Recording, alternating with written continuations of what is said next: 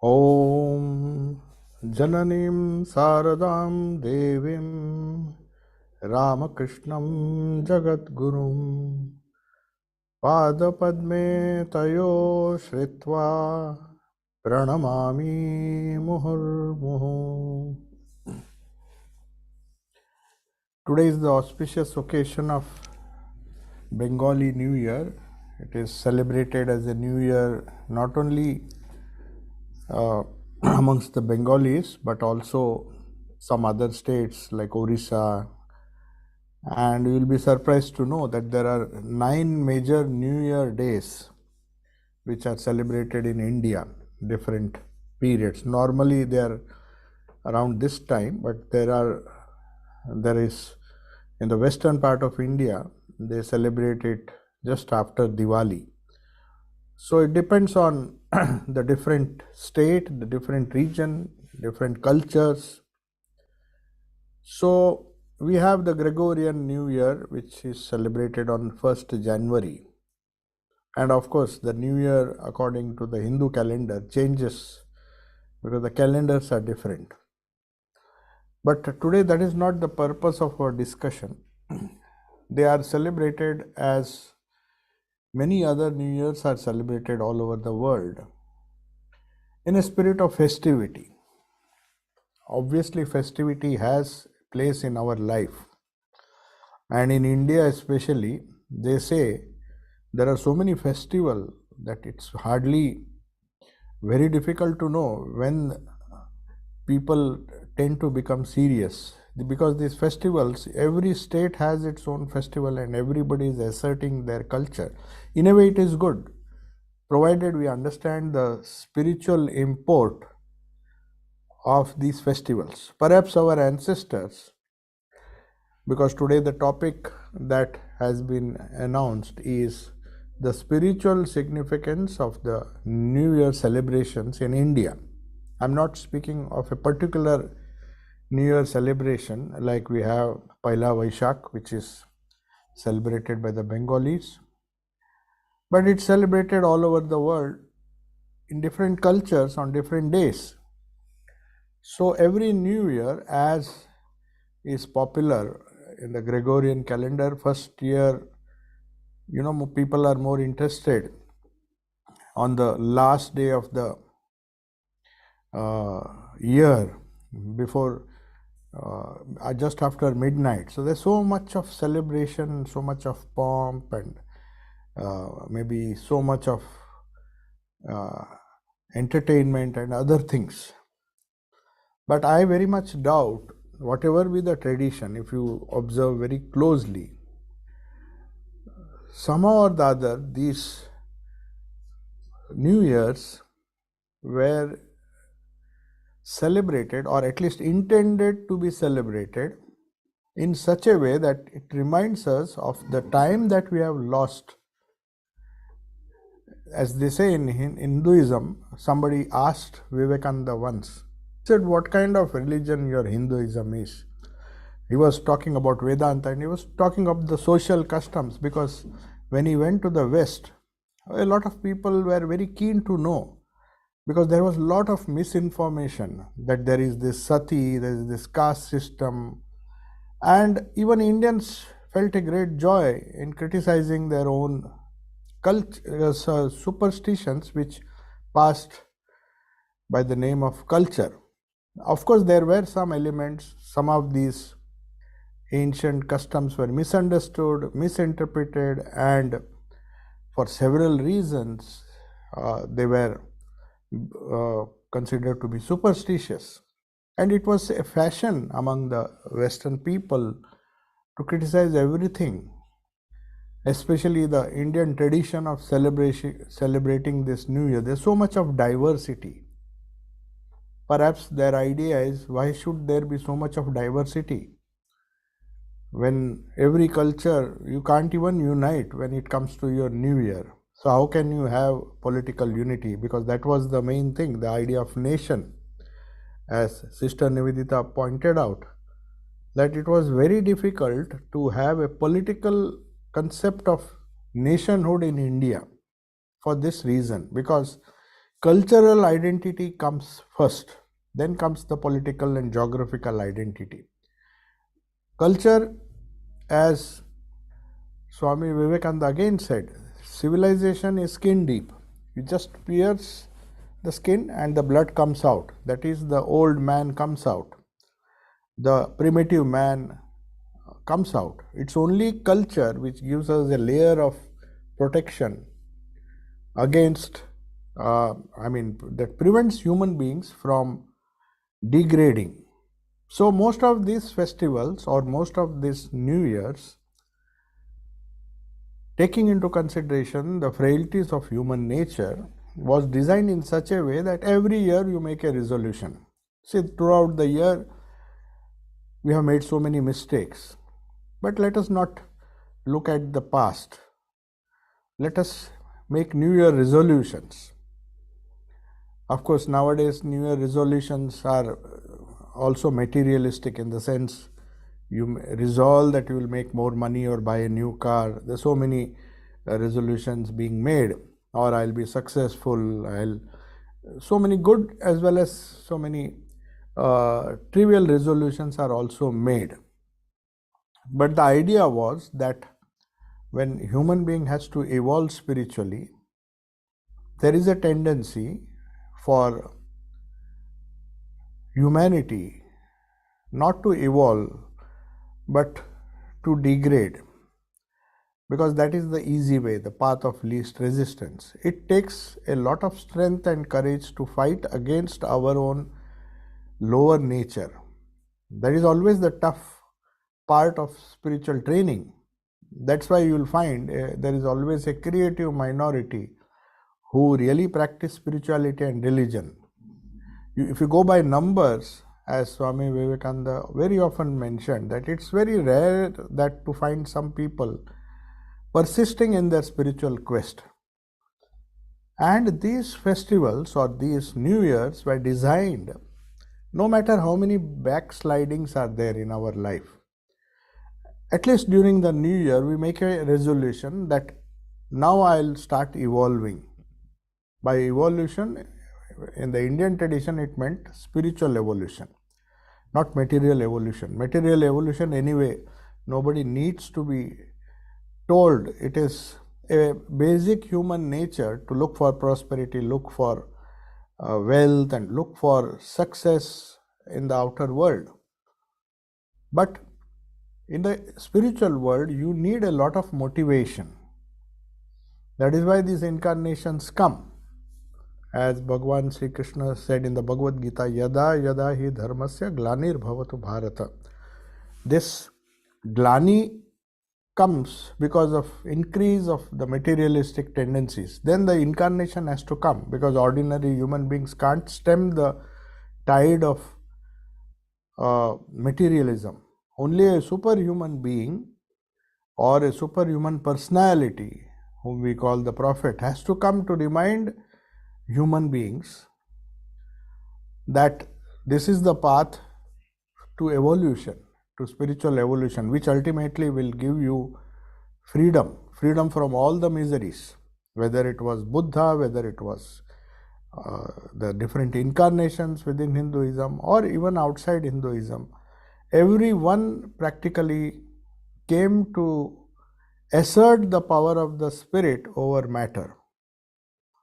So somehow, if you just trace the history of these New Years, they were originally meant to sustain this motivation, because people, it's very easy to get demotivated, especially in the name of practicality. When you see things around, when you see a majority of people apparently doing well without this spiritual training or spiritual evolution, people sometimes lose faith. That is how glani comes.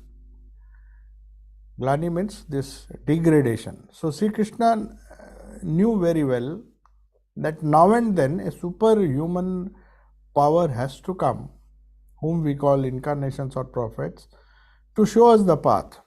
And of course, they are accompanied by other people, as we saw Sri Ramakrishna came with his direct disciples, who sustained that evolution. And if you see Swami Vivekananda, he said that Satya Yuga has begun after the advent of Sri Ramakrishna. What did he mean? It's not just a historical date, because if you go into the calculations of the yugas and the cycles, they are arbitrary calculations. What he meant was Satya Yuga, in the sense, it is a phase in human history where everybody was, the tendency of every human being was spontaneously towards spirituality. That is Satya Yuga. Then we have other yugas.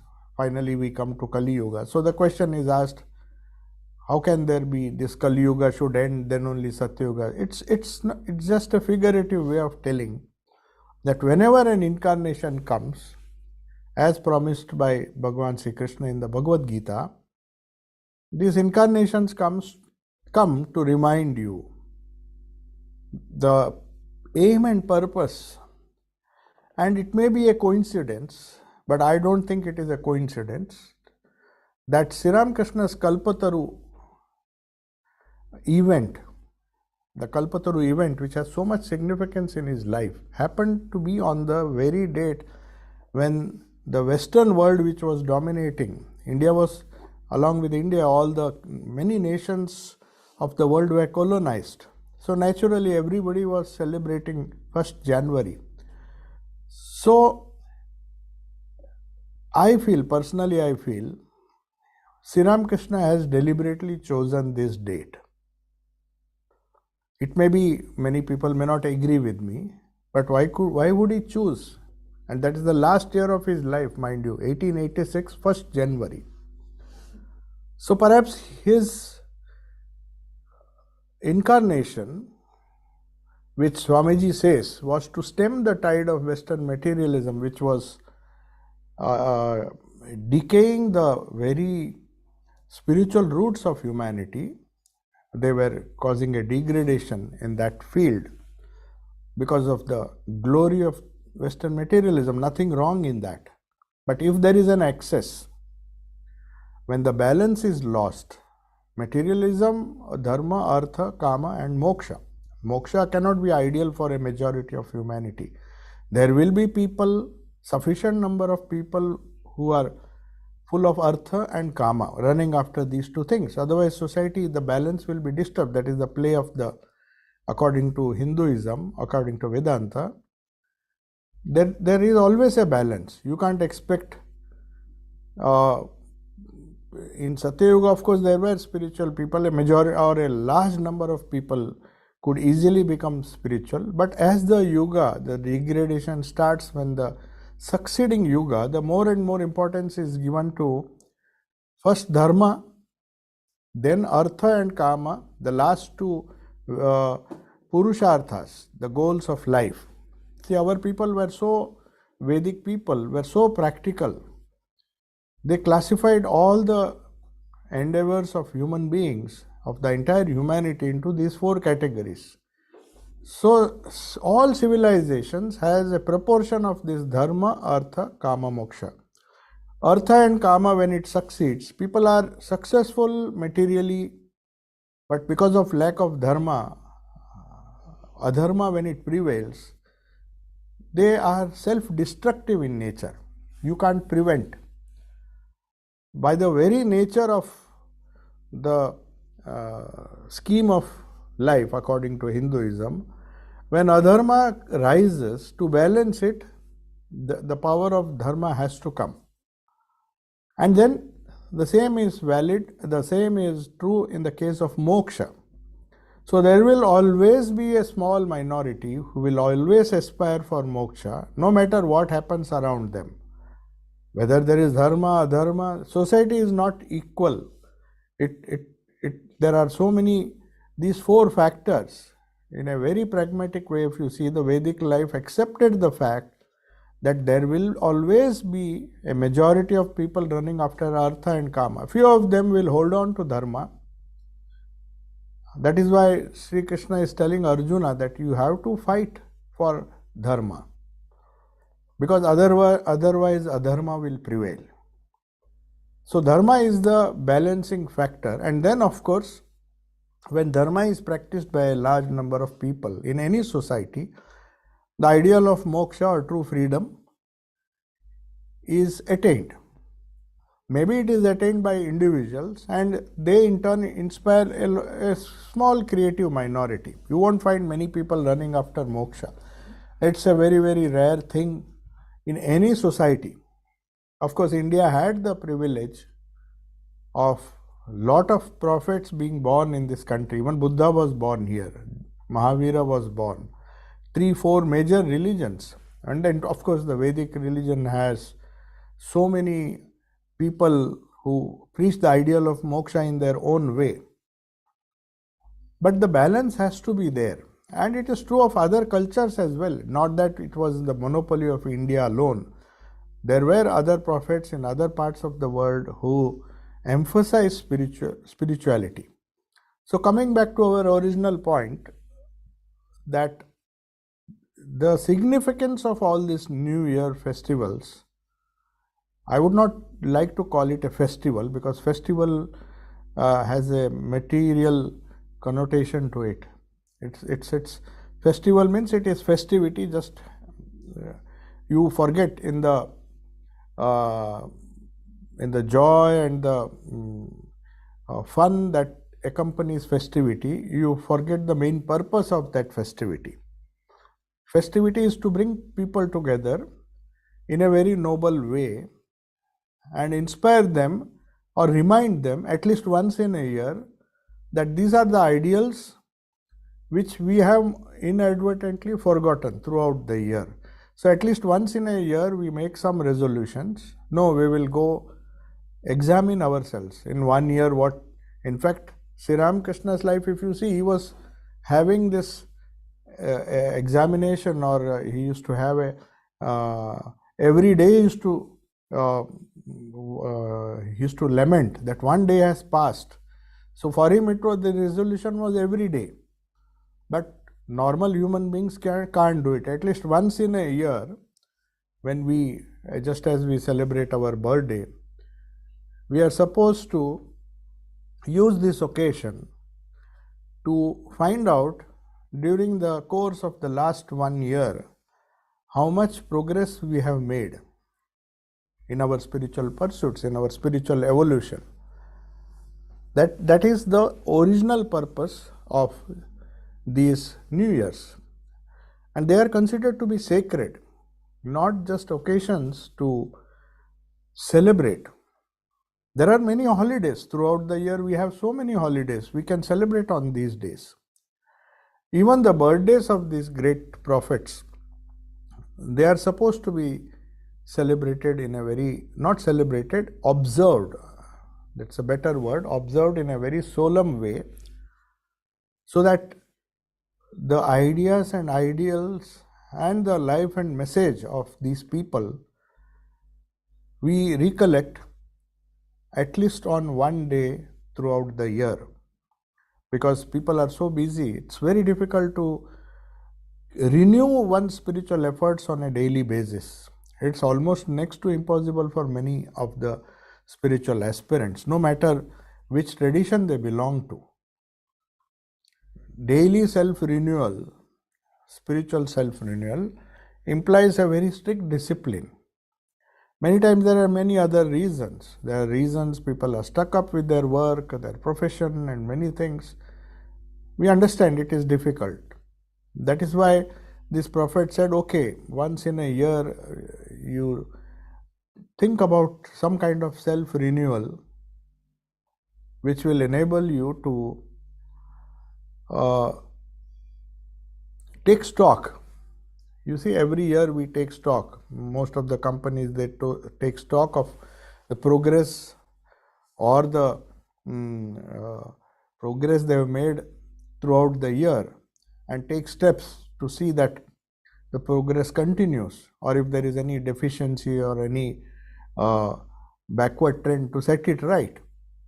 So the annual accounts, what about our spiritual annual account? So this is the day, these are the days. Of course, there are other days associated with prophets, but collectively, because in India, there are so many prophets and so many saints whose birthdays, if you see every day, there will be some birthday or the other. So possibly we can't celebrate all those things, or cannot, I should not use the word celebrate, observe those days. But at least among a particular community or a particular culture, though India is so diverse, culturally at least certain days have been fixed.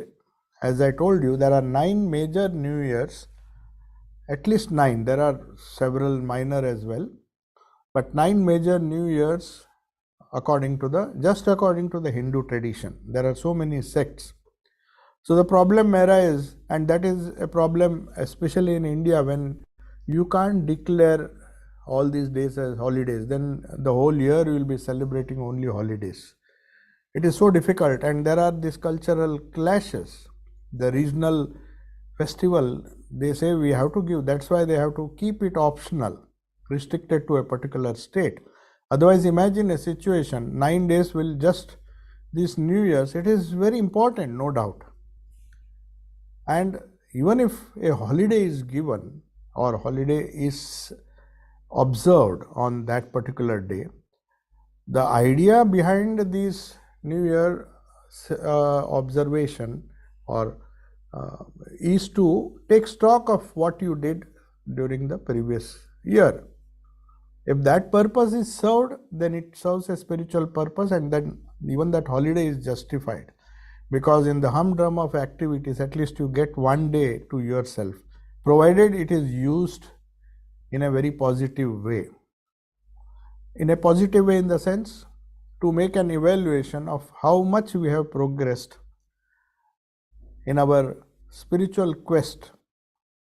That should be the aim of at least those who profess that they are following a particular spiritual tradition and are keen to evolve spiritually. Maybe the pace may be slow, but every year serves as a reminder that, as Swamiji says, I come back to that point, in the West, seeing all these activities and so much of importance given to moksha as compared to dharma, artha and kama. Somebody said, your religion is a very pessimistic religion. They openly told, many of these atheists, they did not even believe in their own Christian religion or other religions. So they were new age atheists in America especially. They believed, as one of the famous materialists said, I believe in squeezing the orange dry. Make most of this life.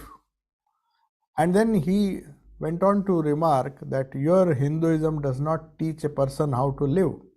I mean, you don't enjoy life. Then Swamiji, of course, just by way of a joke, he said, at least it teaches us how to die. It has a deep significance. He was not pessimistic when he said that. Hinduism definitely teaches one how to live, but how to live in such a way that you don't regret when death comes to you. That was what he wanted to convey. So there are provisions in our culture, in every culture which is based on spirituality or dharma, to always keep the flag of moksha shining. That's the idea. Otherwise, artha and kama, if not regulated by dharma, will not lead to moksha. See, India is the only, Hinduism is the only religion, Vedic religion, which does not criticize artha and kama like some other religions.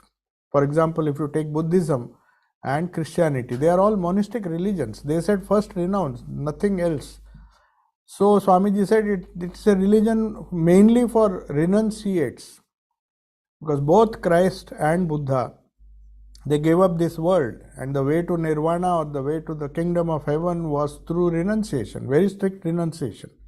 No doubt it is good, because that is the ultimate idea behind our Vedic religion as well. But Vedic religion was a little more practical. They said, yes, this is the highest. We don't have to dilute this message, but there will be a vast majority of people who will be attracted to artha and kama. Artha is wealth, kama is desires. If that is the case, then is there no way out for that? Will they, just because they do not understand or do not appreciate the ideal of moksha, is life a waste for them? So that's why the idea of dharma was given. The dharma is to balance the bad effects of artha and kama, which will take you further down. At least dharma will stop the degradation, and slowly good sense will dawn in these people who follow dharma for a very long time. When you follow dharma for a long time, you no doubt don't give up artha and kama immediately. You do in a very, very gradual way. And when you are established in dharma, as Sri Krishna after 18 chapters tells Arjuna, Sarva Dharman Parityajya. First he says, you follow your Swadharma, you fight, you do everything, otherwise adharma will gain upper hand. But at the end of 18 chapters, after giving all the advice, how to neutralize artha and kama with dharma, what is your duty, what are you expected to do in life, after that he doesn't stop. He says, finally he gives the highest ideal also, though Arjuna is not ready at that stage. Arjuna represents the majority of humanity who has aspirations, who has desires, who is attached to artha and kama. But he says, if you give up, if you don't fight for the sake of dharma, do not follow dharma, then there is no chance that you can ever aspire for moksha. So the fourth purushartha, to follow that, we have to pass through this dharma, get established in dharma. And after having done that, after following one's adharma for a very long time, he says, Sarva Dharman Parityajya. At the end, just before concluding the Bhagavad Gita, Arjuna is told by Sri Krishna, I have told you everything, but remember, a stage will come in your life, may not be now. Now you enjoy the fruits of your dharma, but don't leave dharma, otherwise you will be gone. After enjoying the fruits of your dharma, when you find that that is also not giving you satisfaction, renounce the dharma. Sarva dharman. Many people get confused. How, if one is asked to follow dharma all his life, and finally Krishna tells him, you give up all the dharma and then come to me. That means when you are done with all the experiments in life, when you have followed dharma to the best of your ability, a stage will come when you will aspire to moksha, aspire for moksha. That is the right time when one really yearns for freedom. So these days, these celebrations or this New Year is just to remind that 1 year has passed. We don't have so much of renunciation as Sri Ramakrishna, who used to lament on every evening. He used to say, 1 day has passed and I have not yet realized God, or not yet on my way, I have not yet got mukti. So he really felt it. Maybe what we should feel in 1 year, after every year, 1 year has passed and we have not yet realized God, he used to feel every day. But that was an extreme, because he was an incarnation and saints may feel that. But for us, for everyone, the idea behind this once in a year celebration or observation of this New Year, in whatever tradition, whatever, there are of course other elements. For example, some people trace it to the festivities because the crop is ready to be harvested and there is a little prosperity. There is a social angle to that also. But I think primarily most of these celebrations, as I said, Sri Ramakrishna, at least among the Ramakrishna tradition, you will find New Year is no doubt celebrated. Those who are in the West perhaps may be tempted to celebrate New Year's Eve and the whole New Year in a different way. But somehow Sri Ramakrishna has come to say that this is a Kalpataru day as well. So there is some kind of, at least among the Ramakrishna devotees or in the Ramakrishna tradition, that it is celebrated in a slightly different way.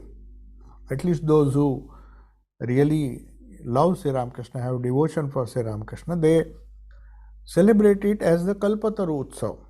Of course, there is misunderstanding about that Kalpataru. We are not going into that. But definitely, I feel it is not a coincidence that at least one calendar or one New Year, according to the Gregorian, which is the most popular. Nowadays, this New Year, 1st January, is celebrated, I think, by most number of people in the world, if you see. But the other festivals or the other New Years are equally important. And they are decided or they are fixed according to some tithi also. So it makes a huge difference. We may not understand the complications behind this selection of different tithis. It's a science by itself. The astronomy, the astronomical sciences of the Hindus, Amavasya, Purnima, and all those things, maybe people just say they are arbitrary divisions and all those things. But of course, there is some spiritual implications behind the high, even they say the high tide and the low tide, they have an impact on human thought, on human health as such, not just physical health, but also mental health. So many of these things are associated in some way or the other to the psychological or mental or spiritual evolution of human beings, not just the material evolution. But unfortunately, as we see, there is a tendency, because you see holidays are so sparse, and if these days come on a weekend, because most of these days are not holidays in many of the countries, even within India and many states, it is not announced, because then it will be impossible.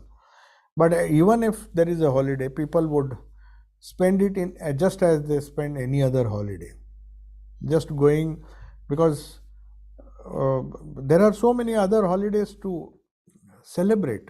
I mean, to have some change or have to refresh oneself, maybe from the tension of work. But these days, obviously, our ancestors, our ancient culture, they were designed in such a way to take stock of our spiritual achievement or spiritual attainments.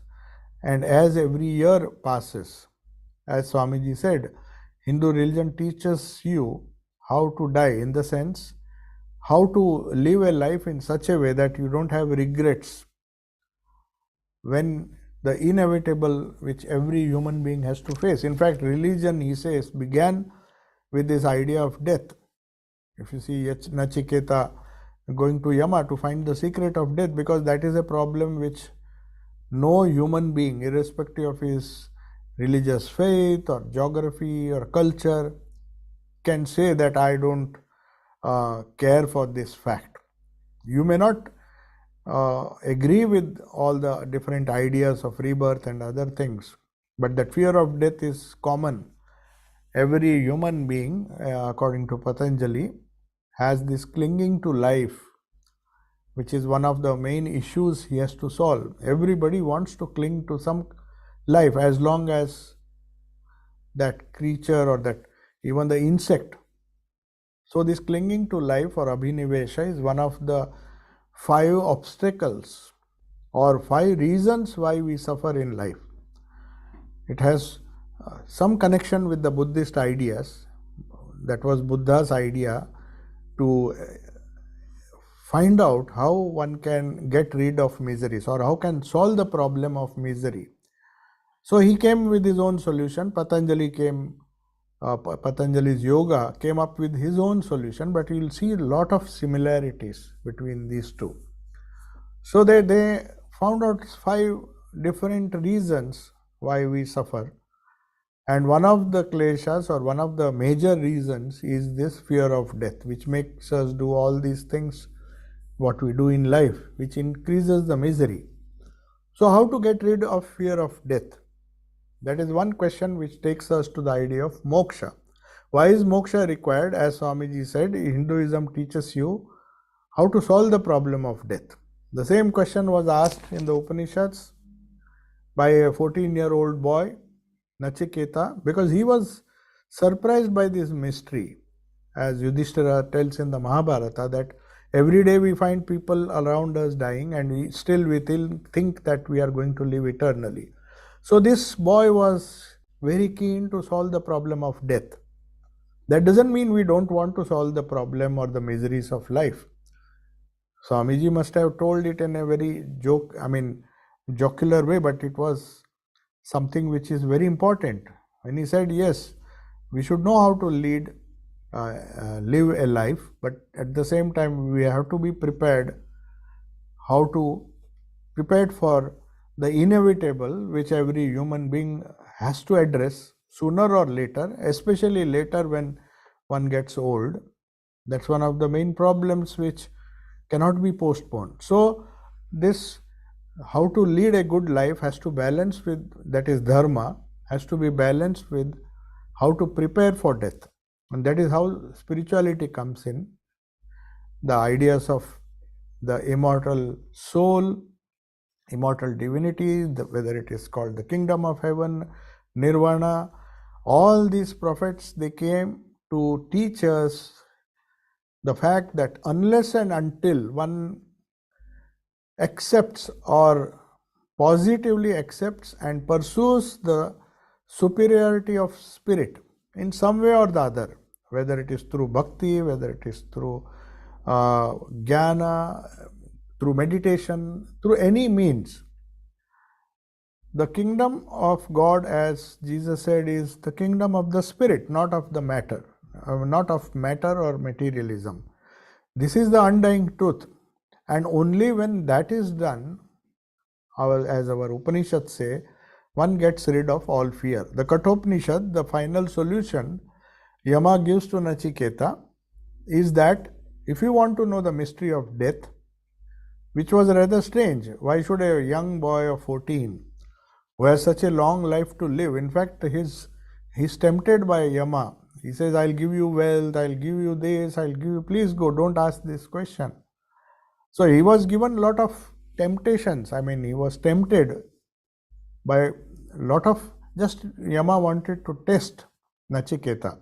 Is he really keen to know the mystery of death, or has he just come out of curiosity, like most of us on a spiritual quest do?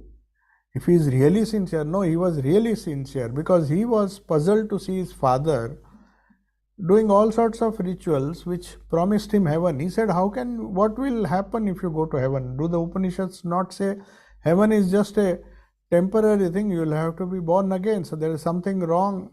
He had the guts or the discrimination or courage to tell his own father this. And when his father said, I am your teacher, his father was his teacher as well as guru, he just tried to dismiss him. He persisted, and we know that story. Why he insisted? Because for him it was an existential problem. Death was an existential problem because of very good samskaras of the past birth. This 14-year-old boy had the wisdom to question his own father, question all the things going on in the name of tradition, and questioning him and asking him for a solution. He was not rude to his father, as it is shown. He was just questioning, like an innocent child does. He just said, I want to know the answer. The scriptures say this, and I want to know the mystery of death. And I just don't believe in all these things which you are doing, which will either prolong your life or give you wealth now and wealth after you pass away, maybe in heaven, which is so uncertain. And he was not saying that he believed in that. He said, this is what the scriptures say. Perhaps you have not understood. He was telling his own father. So I want to know the truth. And his father gets angry. Nobody likes to be told that you are wrong. So he goes to Yama, and the solution has been given, how to conquer death. That is what Swamiji meant when he said, Hinduism not only teaches us how to live but how to die. So that is the ideal, a synthetic ideal of Artha Kama supported by Dharma, finally leading to moksha. So that is a very comprehensive idea. And through all these events that we are supposed to celebrate, in some way or the other, if you see, it not only helps us to take stock of the situation, but also through these cultural festivals, through these cultural events, it gives you a reminder. In what way? Why should a new year remind you? First thing, as I said, it reminds you that 1 year has passed. The same time, maybe 1 year ago, I was 1 year younger than what I am today. And I don't know how long I will live. That is the first takeaway from these things. Even with the birthday, the same thing. Every birthday should be an occasion to remind ourselves that we have either used this whole year for doing something creative, positive, which has helped our spiritual evolution, or we might have wasted it, depending on what we have done for the whole year. Just as we do it on birthday, this is a collective way of society where people get a chance to come together. And most of the events originally were designed to facilitate this particular attitude. Because individually, if you can't do, if you don't have the wisdom to do it, collectively society will force you to do it. But unfortunately, the original purpose was lost, and then it just remained a custom. For example, there are different pujas, Ganesh puja and all those things. They are becoming more and more popular. But on these days, if we just think carefully, they were designed with a particular purpose in mind. Are we able to understand the significance and the purpose of why these different days are celebrated throughout the year, including the New Year? If not, then it is just any other holiday. Just as we have bank holidays and we have so many weekend holidays, we have enough of these holidays to just, but these holidays have a special significance, especially to the people who belong to that culture. We can't blame others if they don't follow, because it has nothing to do. They have their own New Year. So, for example, in India, as I told you, there are 9 different New Years. Each one is attached to his or her own New Year, which again has a deep history or significance. We can't go into the details of the entire reason why these New Years were celebrated in the first place, because they are too complex. Society has changed so much. Perhaps the original purpose has been lost. For example, we have this Santa Claus and we celebrate the day. So now it has just been reduced to some kind of gift giving. But there is some story associated with that, some saint or some spiritual truth behind which we have to decipher. But it's because of time or because of changes in culture, changes in you may say losing or our roots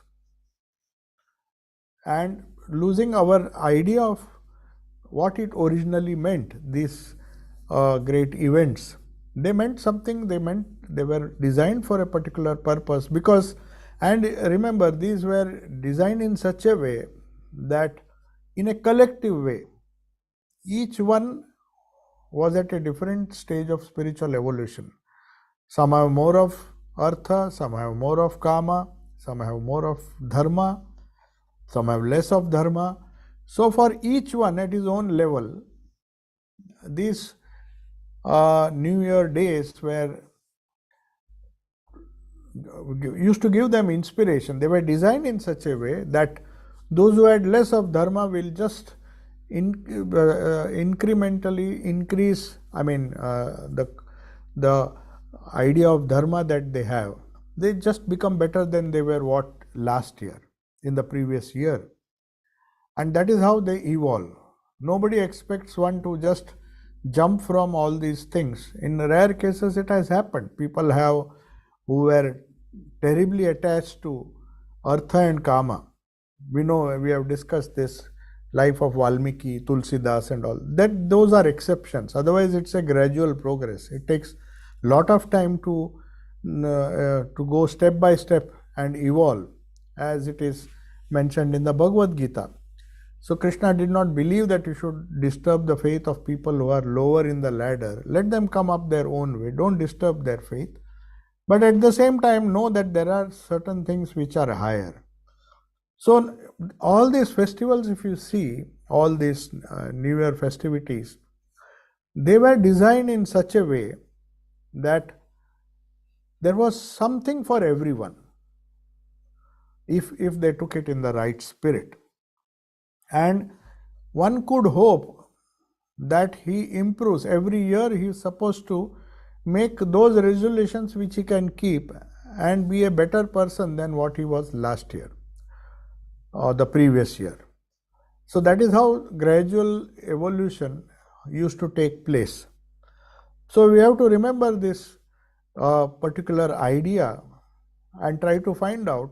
It is not very difficult. If you go study these different festivals, for example, the Jains celebrate the same day, the Diwali, the day next to Diwali, which we celebrate as a New Year, they celebrate as Buddha's, as Mahavira's Nirvana Day. So it is rather strange that he is giving up his body and yet they are celebrating it. They are celebrating because according to Jainism or according to Mahavira, whether Jains are aware of that spirit or not, we do not know. Not everyone perhaps appreciates that. But the idea behind that New Year was that Mahavir on that day gave up his body and entered light. That is why when Hindus celebrate this as a festival of lights, everybody knows. If you ask somebody, Diwali is a festival of light. For them it is something different. For them, they say Mahavira was enveloped, means as long as he had a body, when he finally gave up the body and entered the life of spirit, and he became the light of the entire world. So you see the significance. How can a Mahasamadhi day or a day on which a person or an incarnation of all people, when he dies, it is celebrated as a New Year, as a Maha Nirvana Day. It's a festivity, but festivity for what? Not because he gave up the body, but because the spirit triumphed. In his life, he showed the way how a spirit can triumph over mere material existence. So you see, every religion or every culture has a deeper idea behind these New Years. And if that is done, then no matter how many New Years are there, it will all be an occasion, especially if those who live in a country which has 9 New Years. Of course, in other Semitic religions also we have different New Years. Different religions follow different New Years, but India has so many. And if even one gets a faint idea of what the significance behind all these New Years, or at least the one which is closer to that particular culture to which they belong, then that would serve the purpose of observing this New Year festival. As I told you, and I'll conclude, we have Aarti at 6 o'clock here. So it's a good idea to just try to find out, just try to go back and find out what exactly was the reason why this. There are so many, a lot of information. We have to make our own judgment. And depending on the stage we are in, we will get great answers, nice answers to evaluate, to test ourselves how far we have progressed in this year.